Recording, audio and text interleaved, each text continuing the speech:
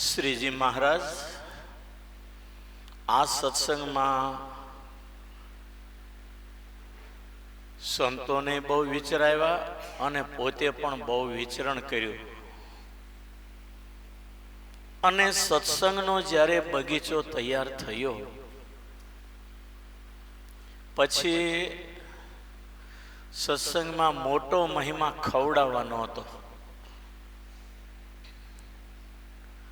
દભાણમાં યજ્ઞ કર્યો એ લોકોને ખવડાવવા માટે યજ્ઞ કર્યો. ખવડાવવા માટે યજ્ઞ કર્યો. યજ્ઞ કર્યો એટલે ખવડાવ્યું એવું નહીં, ખવડાવવા માટે યજ્ઞ કર્યો.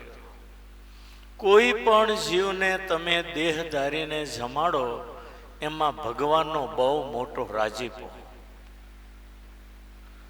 પાપીને ખવડાવો કે પુણ્યશાળીને, દેહધારીને ખવડાવવું એ માણસનો પરમ ધર્મ છે.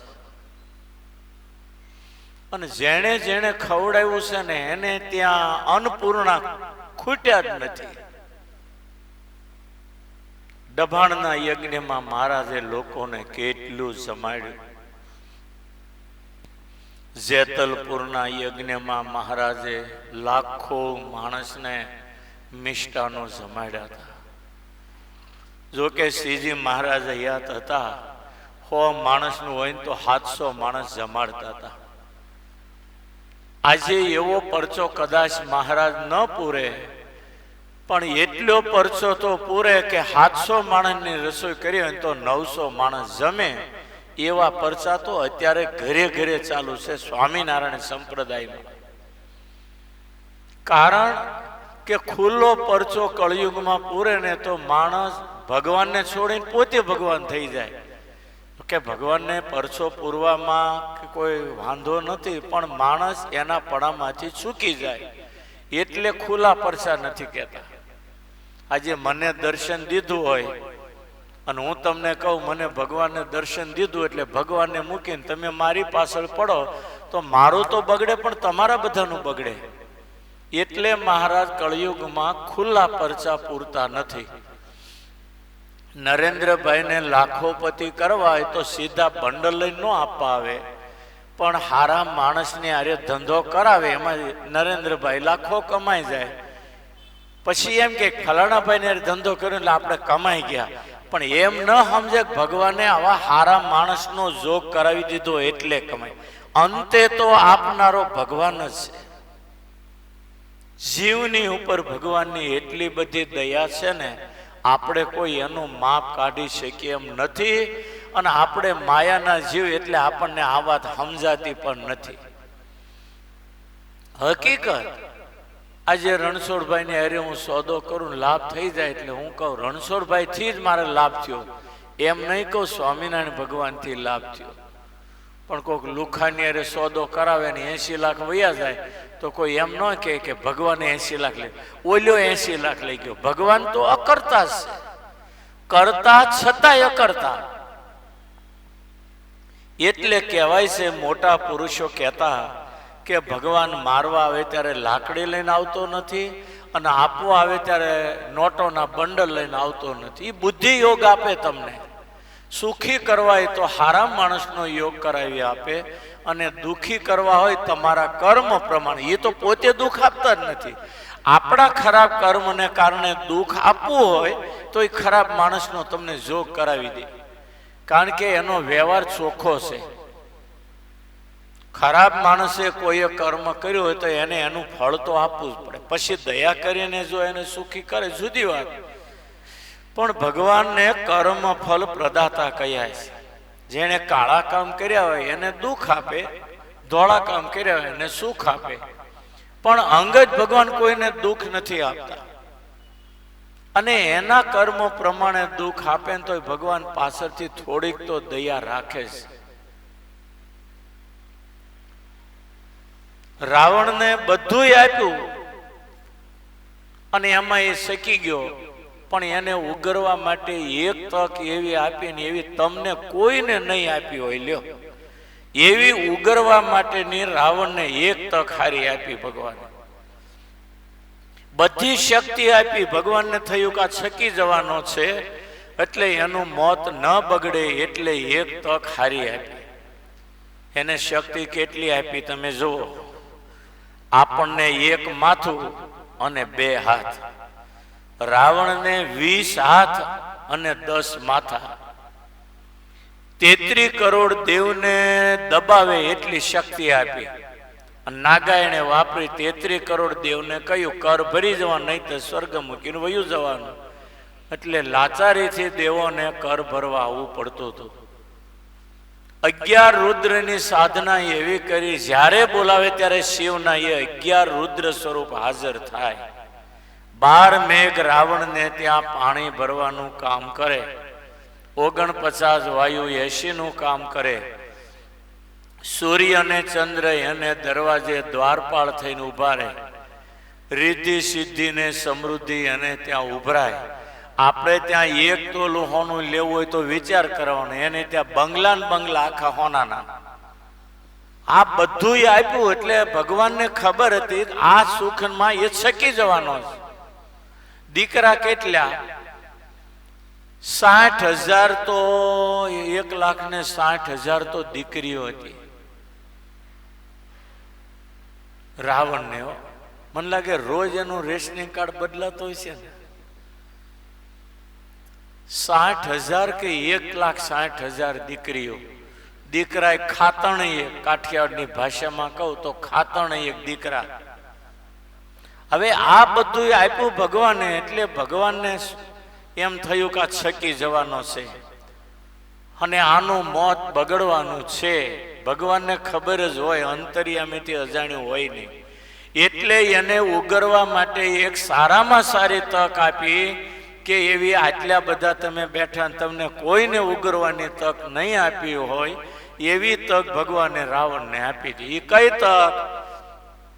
રાવણને જેવી સદગુણી પત્ની આપીને એવી તમને કોઈને નહીં આપી હોય. લ્યો, રાવણ આટલો બધો ગાંડો હતો, પણ મંદોદરી જેટલી વાર રાવણ હારે વાત કરી ત્યારે હાથ જોડીને વિવેકથી વાત કરી. તમારું બૈરું ક્યારે ખીજવાતું છે, તમને કઈ ખબર નથી પડતી, ત્યારે તમે કહેતા હશો ને તો તારા બાપે અમને એમને માપી છે.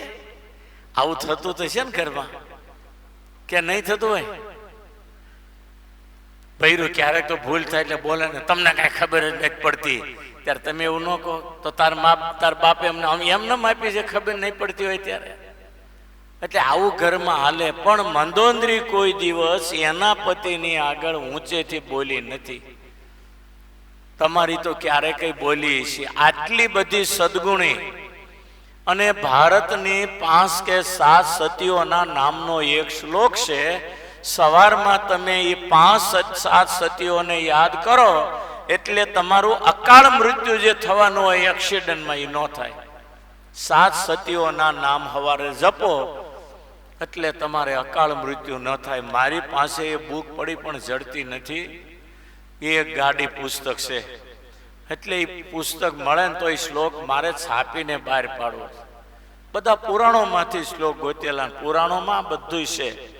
તમે ગમે એટલું ઢોજું ભરી દો ને ખાવ પણ 3 જણના નામને યાદ કરીને પેટ ઉપર 3 વખત હાથ ફેરવો એટલે તમારે ખાધેલું પચી જાય. મને હમણાં પચતું નથી, પુસ્તકના શ્લોક ગોતું પણ જડતો નથી. વેનતે વ્રકોદર, અર્જુનના પેટમાં વ્રક નામનો અગ્નિ હતો, ગમે એટલું ખાઈને પચી જાય, એટલે એનું નામ પડ્યું વ્રકોદર. જેના ઉદરમાં વ્રક નામનો અગ્નિ છે એ ભીમનું નામ શાસ્ત્રમાં વ્રકોદર પડ્યું છે. એ ગમે એટલું ખાઈને, પેલા ગુપ્તવાસમાં હતા તો કુંભારને ત્યાં નહોતા ગયા શેણ્યા ખાવા, કે માં કુંતાજીને કે એટલે કુંભારને બાઈ કે જો એલા ખૂણા કોઠલામાં છે શેણ્યા ખાઈ લો. આખું કોઠારીયું ભરેલું. ભીમ ગયો ઉભો ઉભો મેળ્યો ખાવાનું, આખું કોઠારીયું ખાલી કરી દીધું શેણાનું. એ વ્રક નામનો અગ્નિને બધું પચાવી દે. એવા ક્યાંક 4-5 નામનો શ્લોક છે. એ 4-5 જણના નામ યાદ કરીને આમ 3 વખત પેટ ઉપર હાથ ફેરવો એટલે તમારું ખાધેલું તરત પચી જાય. શાસ્ત્રકારોને ખબર હતી ક્યારે સારું ખાવાનું મળશે ને માણસ પાછું વાળો જોવા નથી. માટે વધારે ખાય તો એને સારું કેમ થાય એને માટે આવા શ્લોક શાસ્ત્રકારોએ બતાવ્યા છે. ક્યારેક ગાડી ઉતાવળે અક્ષર ભટકાઈને મરી જવાનો છે એટલે આવા સતીઓના નામના શ્લોક કે એનો 5 સતીઓના નામનો શ્લોક સવારે બોલીને ઘરેથી નીકળો તો એક્સિડન્ટમાં ભટકાતા હોય તો ન ભટકાય. શાસ્ત્રકારો ઋષિઓ અને સંતોએ આ જગતની પ્રજાના હિત માટે એટલી બધી વ્યવસ્થા કરી છે કે જેમાં આપણી બુદ્ધિ કામ જ કરે એમ નથી. અંતે તો જીવ પ્રાણી માત્રની ચિંતા ભગવાનને થાય. તમે તમારા દીકરાની એકની ચિંતા કરતા હશો પણ એ તમે નાનો હોય ત્યારે ચિંતા કરો, મોટો થાય ત્યારે ભણતો હોય ત્યારે ચિંતા કરો, ભણીને પરણાવવાની ચિંતા કરો, પરણી જાય પછી ચિંતા મટી જાય, પછી 3 લાખ પગાર થાય પછી ચિંતા કરો, પછી એમ કે છોકરો મને મદદ કરશે. આપણે હરખું થાય પછી દીકરાની ચિંતા નથી કરતા. ભગવાન બધાની ચિંતા કાયમ માટે કરે છે. એટલે તો એને મા બાપ કહ્યા, ત્વમેવ માતા પિતા ત્વમેવ બંધુ. તમે મારી મા છો, તમે મારા બાપ છો, તમે મારા ભાઈ છો, તમે મારું સર્વસ્વ છો, તમે મારું ધન પણ તમે જ છો. આપણે રોજ આવી પ્રાર્થના કરીએ છીએ. એટલે ભગવાન એવા દયાળુ છે ને, એનો ભરોસો રાખીને જીવીએ ને તો જીવવામાં બહુ મજા આવે. પણ ગમે એમ તો આપણે માયાના જીવને એના ભરોસે નથી રહેતા અને ઘણીક વાર બૈરાના ભરોસા ઉપર રહીએ, ઘણીક વાર બાપના ભરોસા ઉપર રહીએ, ઘણીક વાર ભાઈના ભરોસા ઉપર રહીએ, ઘણીક વાર દીકરાના ભરોસા ઉપર રહીએ. પણ જેવો ભરોસો ભગવાનનો રાખવો જોઈએ ને એવો નથી રહેતો. એટલે ક્યારેક ઉપાધિઓ આપણને આંબી જાય છે. કારણ કે જીવ પ્રાણી માત્રના સાચા મા બાપ તો અંતે ભગવાન એક જ છે. અને એ સાચા મા બાપ અને એની ઉપર જ્યારે તમને સાચો ભરોસો રહેશે ને તેથી તમને આ જિંદગી જીવી છે ને હળવી ફૂલ જેવી લાગશે. પણ જેથી ભગવાન ઉપર એવો ભરોસો બેસી જશે ત્યારે, અને આપણા ભારતનો દાખલો જીવતો છે ને આજે સાકાર છે. પ્રહલાદજીને એવો ભરોસો હતો, ભગવાને કેટલી રક્ષા કરી તમે વિચાર કરો. ધ્રુવજીને એવો ભરોસો હતો ને 6 વર્ષે ભગવાન મળ્યા. આપણે હારા 60 ગયા તો એમ લાગે છે કે ભગવાન મળશે એવું. એટલે ભગવાન છે ને આજે સાક્ષાત છે, પણ આપણી દાનતમાં ફરક પડી ગયો છે ને એટલે આ બધી ઉપાધિઓ ઊભી થાય છે. હરિસ્મૃતિ સર્વ વિપદ વિનશ્યતિ. શાસ્ત્રમાં લખ્યું છે કે ભગવાનની જે અખંડ સ્મૃતિ એ તમામ વિપત્તિઓનો નાશ કરે છે. ભગવાનની જે અખંડ સ્મૃતિ એ તમામ વિપત્તિનો નાશ કરે છે. આપણને અખંડ સ્મૃતિ નથી રહેતી, થોડી વાર ભગવાનને ભૂલી ત્યાંથી દુઃખના ભાલા બહાર આવી જાય છે. પ્રહલાદને અખંડ સ્મૃતિ હતી તો કેટલા દુઃખ એને એકે દુઃખ અડ્યું છે. આપણે કહીએ પ્રહલાદને એના બાપે દુઃખ દીધું. પ્રહલાદ કે પણ મને કોઈ પ્રકારની ઈજા થઈ નથી, મારે કેમ કેવું મારા બાપે મને દુઃખ દીધું.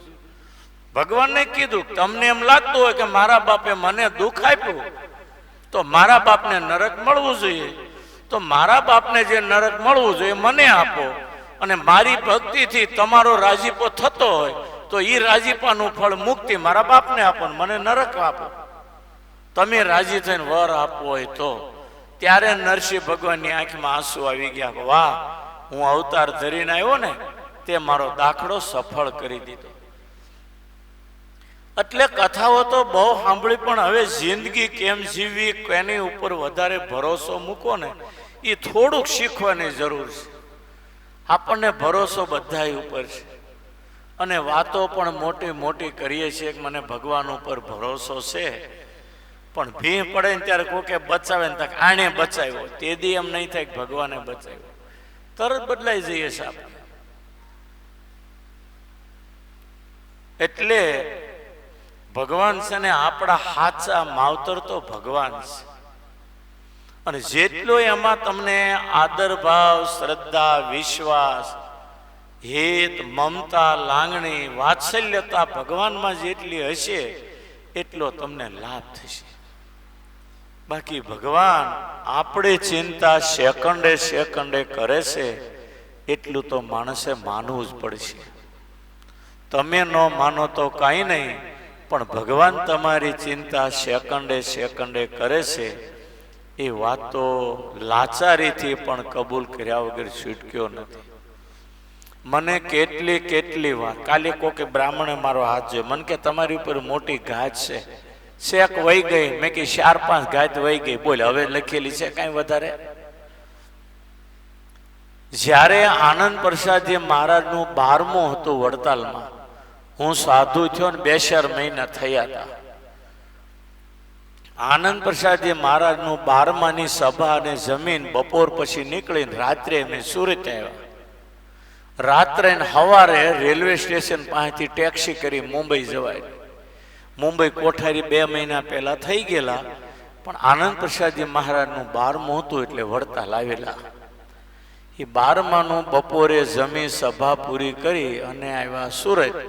અહીં રાત્રિ અને સવારે અહીં રેલવે સ્ટેશને ટેક્સી કરી. પેલા ભાડાની ટેક્સી આવી હતી, આખી કાળી હોય અને અડધો ભાગ પીળો હોય એનો, એ ભાડાની ટેક્સી કહેવાય. અત્યારે મુંબઈમાં છે, એવી પહેલા સુરતમાં હતી. 49-50 વર્ષ થયા. હું 52-53 વર્ષથી સાધુ થયો. એ ટેક્સી કરીને મુંબઈ જતા હતા અને કેવું કહેવાય છે કે આમાં ભીવંડી જઈ પહોંચ્યા અને એ વખતે પહેલો વરસાદ હતો, લગભગ જેઠ મહિનો કે અષાઢ એવું કંઈક હતું. એટલે એ વખતે રસ્તામાં ગાડીઓ બહુ ધીમી હાલતી, શાલી ઉપર તો માંડ હાલે.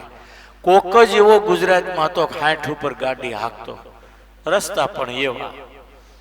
હવે એ ગાડી જતી હતી અને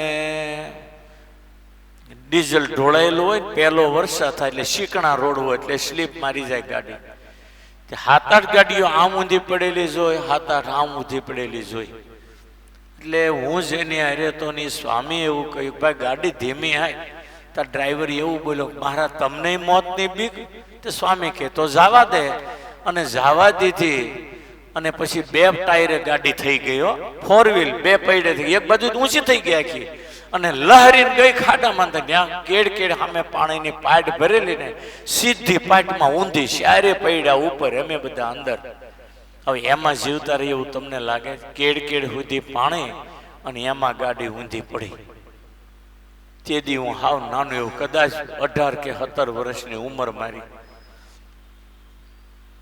આગલો કાચ ફૂટી ગયો, ત્યાંથી ખેંચી તાસર તરત લક્ઝરી આવી, એમાંથી માણસો ઉતરીને દોડીને અમને ખેંચીને કાઢી લીધા, રહી ગયા. પછી એ બસમાં અમને બેહાર્યા. આજે 50 વર્ષે ખબર પડે તેથી ભગવાને બચાવ્યા, તેથી નહોતી ખબર ભગવાને બચાવ્યા. એ બસમાં બેહાર્યા, લગ્નની બસ હતી, બધું માણસો મોટા બેઠેલા. અમને ડ્રાઈવર પાસે બેહારી દીધા, 2 સાધુને, બીજા 2 ગ્રહસ્થ હતા, એનું શું થયું મને ખબર નથી. અને એ બસમાં બેઠા ને બધી વાતો કરીને, બધા તિલક સાંડલા વાળા હોય નહીં, પણ આ ભગવાને એમને બચાવવા આવું કાવતરું ઘડ્યું, ગમે તે હોય. પછી અમારે અરે જે સ્વામી હતા ને એને કહ્યું કે તમે છે ને ભુલેશ્વર મંદિરે, તક અમારે પાયધોની જવાનું, બસ ઠેઠ પાયધોની મંદિર પાસે આવી, ભુલેશ્વર મંદિર પાસે. એટલે સ્વામીએ કીધું કે તમે કાલે કા સાંજે અમને મંદિરે મળ્યા વગર જતા નહીં. એટલે સ્વામીને એમ કે પ્રસાદ પાણી કાંઈક રાજી કરીએ ને એમ. મંદિરે આવ્યા વગર જતા નહીં. બીજે દિવસે મંદિરે આવ્યા નથી. તો બી સ્વામિનારાયણ એવું રૂપ લઈને બચાવી ગયા કે કોકને મોકલ્યા કે અચાનક કોકની બસ અમારા ભાગ્યના બળે આંબી ગઈ, કાંઈ આપણને ખબર નથી. પણ અત્યારે યાદ આવે 50 વર્ષે કે એ વખતે ભગવાને ગમે તે જોગે અમને બચાવી લીધા. પછી એક વખત હું કાઠિયાવાડમાં કુકાવથી પારણ કરીને આવતો હતો વડતાલ, અને સારંગપુર દર્શન કરી નીકળ્યા. ગાડી હાંકનારો યંગ બ્લડ રાજુ હોની હતો, બહુ એકદમ વીઆઈપી ગાડી હો ઉપર એ વખતે હાંકતો. એને લગભગ 20 વર્ષ થયા, 20-25 વર્ષ થયા છે, 25 વર્ષ જેવું થયું. તે બરવાળા પાસેલું વળાંક આવે ને, બરોબર સારંગપુરથી આવી ત્યારે વળાંક. હવે 100ની સ્પીડમાં ગાડી જઈને વાતો કરી અને વાહન કોઈ હતા ને, ઠેઠ આડો રોડ ત્યાં આવ્યા ને ત્યાં સુધી તો ખબર નહીં કે વળવાનું આવે છે. અને પછી તો કિસરકારા બોલી ગયા, રબર ગંધાઈ ગયું, ધુમાડા નીકળી ગયા, અને બસમાં બ્રેક મારીને તે ટાયરે ઘસાઈ ગયું, ધુમાડા નીકળી ગંધાઈ ગયું રબર હોય, તરત વળી ગઈ. જો ન વળી હોત ને તો અંદર ખાડો તો સીધી 3-4 ગલોટિયા ખાઈ જાય. એ વખતે બચાવ્યા. મારા અનુભવ કહો છો, તમારા હોય બધાના અનુભવ તો હશે, ઘણાને યાદ રહે, ઘણા ન યાદ રહે.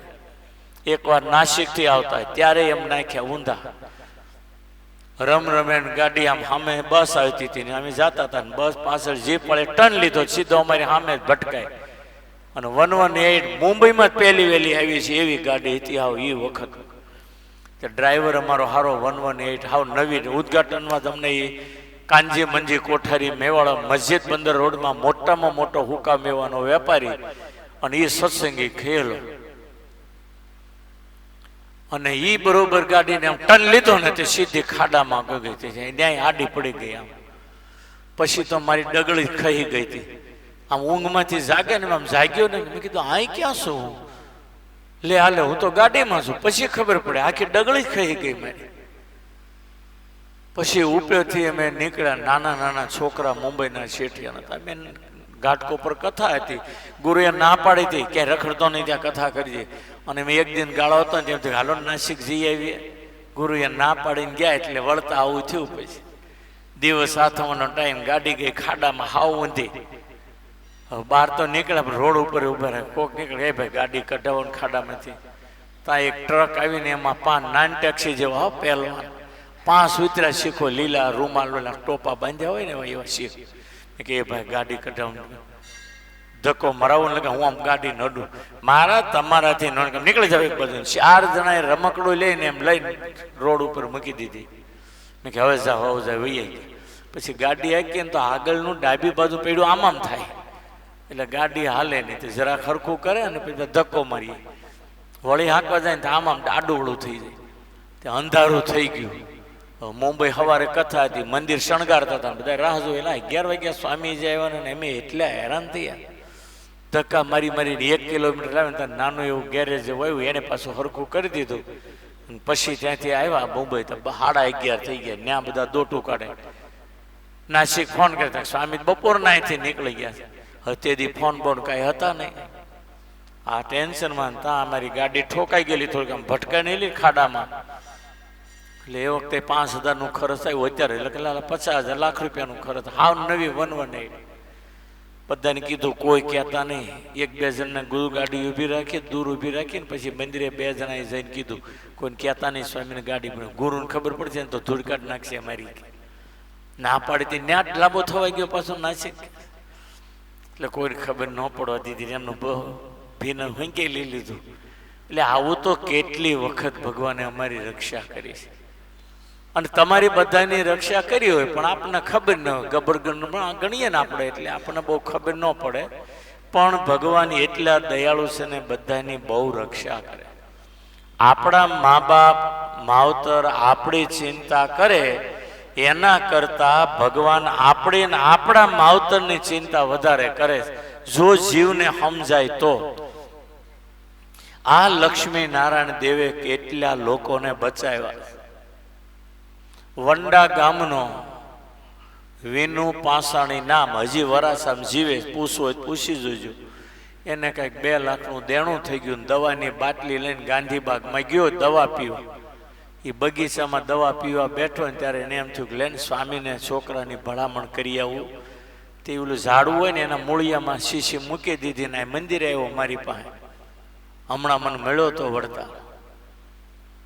અહીંયા આવીને મને કે સ્વામી તમારું એકલા કામ છે. મેં શું તા કે એકલા મળવું છે. તે ઉપર ગયો ને બાવણું બંધ કરી સીધો પોક મૂકીને રડવા માંડ્યો. મેં કીધું હું થયું તને? સ્વામી દેણું બહુ થઈ ગયું છે ને હવે મરવાનું છે મારે. કે હું ગાંધીબાગમાં ગયો તો મરવા, પણ દવાની બાટલી ઝાડવાના મૂળમાં મૂકીને તમને ભલામણ કરે મારા છોકરાનું ધ્યાન રાખજો તમે. પણ મેં કીધું દવા પીવાની શું થઈ ગયું? 2 લાખનું દેણું. આ 20 વર્ષ પહેલા એની વાત કરું છું. પણ હું મરી શું કામ જવાનું? તાકે પણ હવે દબાણ બહુ થાય છે. મેં તારા હગા કોઈ નથી સુખી? તા કાકા છે. મેં ફોન નંબર આપ્યો, એને કાકાને બોલાવ્યા. મેં કીધું આ તમારો ભત્રીજો થાય? તા હા. વિનુ પાસાડ, વિનુ મોહન પાસાણી તમારો ભત્રીજો? તા હા. મેં કીધી દવા પીવાનું કહે છે ને મુશ્કેલીમાં આવ્યો તમે કે કોણ તકમાં અમને કહે તો ખબર પડે ને તરત એને અહીં બોલાવ્યા મારી પાસે.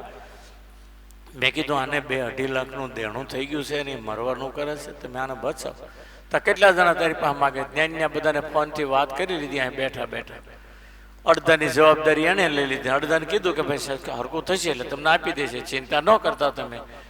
આજની ઘડી કાલનો દી જીવે છે, એના છોકરા મોટા થઈને 20 વર્ષ થયા લ્યો. એટલે ભગવાન કઈ રીતે કોનામાં રહીને બચાવે ને આપણને ખબર નથી, પણ આપણે માયાના જીવને એટલે આપણને સમજાતું નથી. માટે મારી બધાને ભલામણ કે આપણે કાકા મામા ભાઈ ભાંડુ ભત્રીજા મા બાપ પત્ની છોકરા ઉપર ભરોસો મૂકીએ એ તો ઠીક છે, પણ સાચો ભરોસો તમે ભગવાન ઉપર મૂકો અને જોઈ લો પછી જિંદગી જીવવાની એટલી મજા આવે, એટલી મજા આવે. અને જે ભગવાનને ભરોસે જીવ્યાની એના ઇતિહાસ લખાયા અને આજે ભારતના લાખો લોકો એને યાદ કરે છે. કેવા કેવા ભક્તો થઈ ગયા જે ભગવાનના ભરોસે જીવતા, ભગવાન સિવાય જેને કઈ ભરોસો નહીં. આપણા સત્સંગમાં કેવા ઇતિહાસો લખાયા. માટે આવું એક શીખજો. બાકી તો કથાઓ તો આપણે રાત દી સાંભળીએ, પારણો કેટલી સાંભળી નાખી દીધી હોય ને, કેટલી વાંચી નાખી હોય ને, પણ હવે ભગવાન ઉપર ભરોસો મૂકવાનું શીખો અને જોઈ લો ખ્યાલ આવશે તમને આપણા મહારાજ કેટલા દયાળુ, કેટલા દયાળુ. અને આ તમે જુઓ, તમે બધા આવો છો, કેવો ભગવાન તમારું ધ્યાન રાખે છે. માટે બધાને મારી વિનંતી, ભગવાનનો ભરોસો રાખજો અને એનું ભજન વધારે કરજો અને એની આજ્ઞામાં રહેજો. અને આ લક્ષ્મીનારાયણ દેવ કેવા દયાળુ, મંગળામાં આવો, શણગારમાં આવો, ઘડી કથામાં બેહો, સાધુ સંતોની હારે હેત રાખો. ભક્તિ સ્વામી એકલાએ હુકા મેવાનો અન્નકૂટ કર્યો, આખા સત્સંગમાં ઘરે ઘરે પ્રસાદી પહોંચાડે. 4 દિવસથી હું જોઉં છું, એનું મગજ ઘૂસવાઈ જાય છે આખું. એમાં બધાને છોકરાઓને દોડાવીને પ્રસાદ આપે. એટલે આ બધું ભગવાનની દયા હોય ને તો જ બને. આ એના રાજીપાનું ફળ છે, નહીતર આટલી બધી તન્મયતા ભગવાન માટે થાય નહીં. માટે આ લક્ષ્મીનારાયણ દેવ દયાળુમાં શ્રદ્ધા, વિશ્વાસ, આસ્થા, ભાવ, સ્નેહ, મમતા હેત રાખજો. લક્ષ્મીનારાયણ દેવ તમારી બધાની મનોકામના પૂરી કરે એવી એમના જ પવિત્ર શ્રી શરણોમાં મારી હૃદયથી પ્રાર્થના. સહજાંશ